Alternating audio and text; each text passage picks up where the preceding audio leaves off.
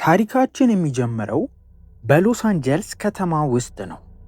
በከተማዋ ውስጥ ወንጀል እጅግ ከመስፋፋቱ የተነሳ መርሲ የተባለ ፍትህ መስጫ ተቋም አዘጋጅተው እናያለን። ይህ መርሲ የተባለው ፕሮግራም ሙሉ በሙሉ በኤአይ የሚመራ እና ዳኛ እና ፈራጅ ሆኖ የሚያገለግል እንደሆነ እናያለን። ከዛም ከመርሲ መስራቾች ውስጥ አንደኛው የሆነው ዲቴክቲቭ ክሪስ ሬቨን ራሱን በመርሲ ፍርድ ቤት ውስጥ ያገኘዋል። ዲቴክቲቭ ሬቨን እንዴት ራሱን እዚህ ቦታ ውስጥ ሊያገኘው እንደቻለ ባለማመንና ግራ ተጋብቶ እናየዋለን። በዚህ መሃልም ኤአይ የሆነችው ጀጅ ማደክስ ትመጣና ዛሬ እዚህ የቀረብከው ባለቤትክን ኒኮል ሬቨንን በመግደል ተጠርጥሮ እንደሆነ ትነግረዋለች። ከዛም ከፖሊስ ካሜራ የተቀረጸውን እንዴት ባለቤቱን ልትሞት ስትል እንዳገኟት ታሳየዋለች። በዚህም በሚያየው ነገር ግራ የተጋባው ዲቴክቲቭ ሬቨን እኔ ምንም ቢሆን ባለቤቴ ልገድል አልችልም፣ የሆነ ስህተት ተሰርቷል ብሎ ይናገራል። ጀጅ ማደክስም የጥፋተኝነት ስሜቱን ለክታ አሁን 97.5 ላይ እንዳለና ይሄ ቁጥር በቀጣዩ 90 ደቂቃ ውስጥ ካልቀነሰ እንደሚፈረድበት ትነግረዋለች። ከጠዋት ጀምሮም ያደረገውን የሚያሳይ የተቀረጸ ማስረጃ ታሳየዋለች። ጠዋት መስሪያ ቤቱ እንደደረሰ ከመኪናው ሳይወጣ ቀጥታ ወደ ቤቱ እንደሄደና ቤቱም እንደደረሰ በሩ ላይ ያለውን ካሜራ መጥቶ እንደገባ ውስጥም 26 ደቂቃ ቆይቶ እንደወጣ እናም ውስጥ በነበረበት በ26ቱ ደቂቃ ውስጥ ገድሏታል ተብሎ እንደሚታሰብም ትነግረዋለች። ከቤቱም ከወጣ በኋላ ወደ መጠጥ ቤት ሄዶ እንደነበር እዛም ፖሊሶች ሊወስዱት ሲመጡ ከእነሱ ጋር ግብ ግብ ፈጥሮ ለማምለጥ መሞከሩን ግን በፖሊሶቹ ተይዞ ቁጥጥር ስር መዋሉን ታሳየዋለች። ለዚህም ማስረጃ የሚሆን የእሷ የደም ፍንጣሪ ልብሱ ላይ እንዳለና የተወጋችውም ባለቀኝ እጅ በሆነ ሰው እንደሆነ እሱም ደግሞ የቀኝ እጅ እንደሆነ ታሳያለች። ይሄ ሁሉ መረጃ ወደ እሱ እንደሚጠቁም ትነግረዋለች። ሬቨንም ባለቤቱን እንዴት ሊገል እንደቻለ መነሻ ምክንያቱን ለማወቅ በሚል ከተጋቡ ጊዜ ጀምሮ ያሳለፉትን የሚያሳይ የተቀዳ ቪዲዮ ትከፍታለች። እናም ሬቨን ሰላማዊ እና የቤተሰብ ሰው እንደሆነ እናያለን። ግን የሥራ ባልደረባው የነበረው ሬይ ከሞተ ጊዜ ጀምሮ ጸባዩ እንደተቀየረ፣ ግልፍተኛ መሆን እንደጀመረና የመጠጥ ሱስም ውስጥ እንደገባ እናያለን። በዚህም ምክንያት ከባለቤቱ ኒኮል ጋር ብዙ ጊዜ ግጭት ውስጥ ይገቡ እንደነበር እናያለን። እናም በዚህም ምክንያት ጀጅ ማደክስ አሁን ያለው ብቸኛ ተጠርጣሪ እሱ እንደሆነና እኔ አይደለሁም ብሎ የሚያስብ ከሆነም ማስረጃ እንዲያቀርብ ሙሉ የኢንተርኔት ፈቃድ እንደሚሰጠው ትነግረዋለች። በዚህን ጊዜም ሬቨን የቅርብ የሥራ ባልደረባ የሆነችውን ጃክ ጋር እንዲደወልለት ይጠይቃል።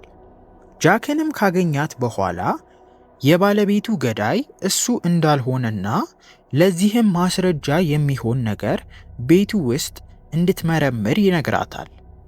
በዚህን ጊዜም ሬቨን በተጣሉበት ምሽት ኒኮል ከሌላ ሰው ጋር መልእክት ስትላላክ እንደነበር በስልኳ ያስታውሷል። እናም መልእክት ስትልክለት የነበረውን ሰው ማንነት ለማወቅ ጃክ የኒኮልን መኪና ሰብራ ለሰውየው ትደውላለች። ሰውየው ስልኩን ባያነሳውም ከጥሪው በመነሳት የት አካባቢ እንዳለ ማወቅ ስለቻሉ ጃክ ወደዚያ አካባቢ በፍጥነት ትሄዳለች። ሰውየውም ፖሊሶቹን በሚያይበት ጊዜ በሩጫ ለማምለጥ ይሞክራል። እስከ ሕንፃው ጫፍ ድረስ ካራሯጣቸው በኋላ ጃክ ትይዘውና ማንነቱን ማጣራት ትጀምራለች። በዚህን ጊዜም ሰውየው በርክ እንደሚባልና የሆቴል ሼፍ እንደሆነ እና ኒኮልንም አትክልት ተራ እንደተገናኛትና የሚሰራበትም ሆቴል ምግብ እያዘጋጀ ይወስድላት እንደነበር እናያለን። በተገደለችበትም ሰዓት የት እንደነበር ለማጣራት ሲሞክሩ እዛው ሆቴሉ ውስጥ ሲሰራ እንደነበር ያዩና ከተጠርጣሪነት ነፃ ያደርጉታል። ሬቨንም ተስፋ ባለመቁረጥ የመርማሪነት ችሎታውን በመጠቀም ኒኮልን የሚያውቋትን ሰዎች እንዳለ ተጠርጣሪ አድርጎ ለመፈለግ ይነሳል። በዚህም ጊዜ በርክ በጃክ ተይዞ እያለ ሲል የነበረውን ነገር አስታውሶ ወደ በርክ እንዲደወልለት ማደክስን ይጠይቃል። በርክንም በሚያወራበት ጊዜ ኒኮል ስለ ስራዋ ትነግረው እንደነበር እናያለን። በምትሰራበትም የኬሚካል አከፋፋይ በሆነው መስሪያ ቤቷ ውስጥ የተወሰኑ ኬሚካሎች ሲጠፉ እንደነበርና የሥራ ባልደረቦቿንም ስትጠረጥር እንደነበር እንደነገረችው እናያለን። በዚህም ጊዜ ሬቨን የገደላት ሰው ሊሆን የሚችለው ከሥራ ባልደረቦቿ ውስጥ አንዱ እንደሆነ ጥርጣሬ ይይዘዋል። በዚህም ጊዜ ሬቨን የኒኮል የሥራ ባልደረቦች የመጡበት የምሳ ግብዣ አዘጋጅተው እንደነበር በቅርብ ያስታውሳል። እናም ከግብዣውም በኋላ ቤታቸው ውስጥ የቀረ ሰው ካለ በማለት ማጣራት ይጀምራል። ከዛም ሮብ ለሚባለው ለኒኮል የሥራ ጓደኛ እና ሬቨንንም መጠጥ ለማቆም ሲረዳው የነበረውን ሰው ይደውላል። እሱም በመኪናው ቤቱ በሚሄድበት ጊዜ አብረውት የሄዱት ሰዎችን ማንነት ለሬቨን ከነገረው በኋላ እነሱን ከተጠርጣሪነት ነፃ ያወጣቸዋል። ሬቨን ልጁ በምሳ ግብዣ ማታ የቀረጸችውን ቪዲዮ በሚያይበት ጊዜ የታችኛው ቤት ክፍል እንደተከፈተ ያያል። በዚያም ጊዜ የሆነ ሰው ከፍቶት እንደገባና ሌሊቱን አንግቶም በቀጣዩ ቀን ባለቤቱን እንደገደለ ይጠረጥራል። በሌላ በኩል ደግሞ ኒኮል ይጠፋል ስትል ስለነበረው ኬሚካልም ምርመራ ሲያደርጉ አንድ ሆልት የተባለ የቁማር ሱስ ያለበት ሰው ጋር ስታወራ እንደነበር ይደርሳሉ። ሆልትንም አግኝተው ስትወስደው ስለነበረው ኬሚካል ደርሰንበታል ብለው ሲያፋጥጡትም ሆልት እሱ ሳይሆን ሮብ እንደነበር ኬሚካሉን ሲወስድ የነበረው በማለት ይነግራቸዋል። በምሳ ግብዣው ማታም የሮብን መኪና ይዞ የሄደው እሱ እንደሆነና ሮብ ግን ኒኮልን ማዋራት ፈልጋለሁ ብሎ ቤታቸው እንደቀረ ይነግረዋል። ይህንንም በሚሰማበት ጊዜ ሬቨን ባለቤቱን የገደለው ሮብ እንደሆነ እርግጠኛ በመሆን ቤቱ ሄደው እንዲፈልጉት የፖሊስ ቡድኖችን ይልካል። ፖሊሶችም ቤቱ ሲገቡ ማንም ሰው እንደሌለ ያያሉ። ቤቱ ውስጥም ሮብ ሲያቅድበት የነበሩ ወረቀቶች በየቦታው ተበታትነው ያያሉ። ሮብም ይህንን እቅድ ለመተግበር ለብዙ ጊዜ ሲያቅድ እንደነበር እናያለን።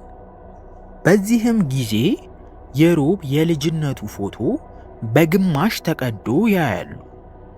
የተቀደደውንም ፎቶ በሚገጥሙበት ጊዜ አብሮት የነበረው የሮብ ወንድም የሆነው ዴቪድ ዌብ የሚባል ሰው እንደሆነና በልጅነታቸውም ማደጎ ቤት ውስጥ ገብተው እንደነበረና ከዛም በተለያዩ ወላጆች ተነጣጥለው ማደጋቸውን እናያለን። ዴቪድ ዌብም ካደገ በኋላ በሬቨን ተይዞ ወደ መርሲ ከቀረቡት ወንጀለኞች ውስጥ የመጀመሪያው እንደሆነ እናያለን። እናም ሮብ ወንድሙን ለመበቀል በሚል ይህንን እንዳደረገ እንረዳለን። የጠፉትንም ኬሚካሎች እዛው ያገኟቸውና ቦምብም ለመቀመም ሲጠቀምበት እንደነበር እናያለን።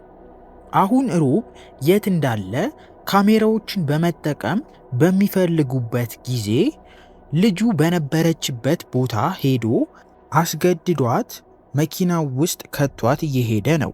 የሚመጣውም ቀጥታ መርሲ ወዳለበት ቦታ እንደሆነ እና መኪናው ጀርባ ያለውን ቦምብ በመጠቀም የመርሲን ህንፃ እና ሬቨንን አንድ ላይ ለመግደል እንዳሰበ እናያለን። የፖሊስ መኪኖችም ከኋላው እየተከተሉ ሮብን ለማስቆም ይሞክራሉ።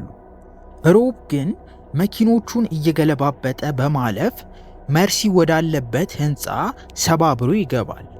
ከገባም በኋላ የሬቨንን ልጅ እንደ መሸፈኛ በመጠቀም ውስጥ ያሉትን ፖሊሶች አንድ በአንድ ይገላቸዋል።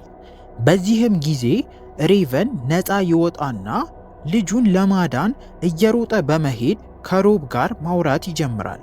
ሮብም ምንም ያላጠፋውን ወንድሜን ስለገደልከው ይሄ በቀሌ ነው ብሎ ቦምቡን ሊያፈነዳው ሲል ጀጅ ማደክስ ትመጣና ወንድሜ ጥፋተኛ አይደለም ካልክ ይህንን እድል በመጠቀም ማስረጃህን አቅርብ ትለዋለች።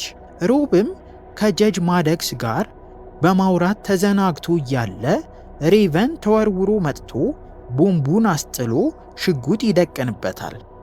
በዚህም መሃል ጃክ እና የቀሩት ፖሊሶች መጥተው ሮብን ቁጥጥር ስር ያውሉታል።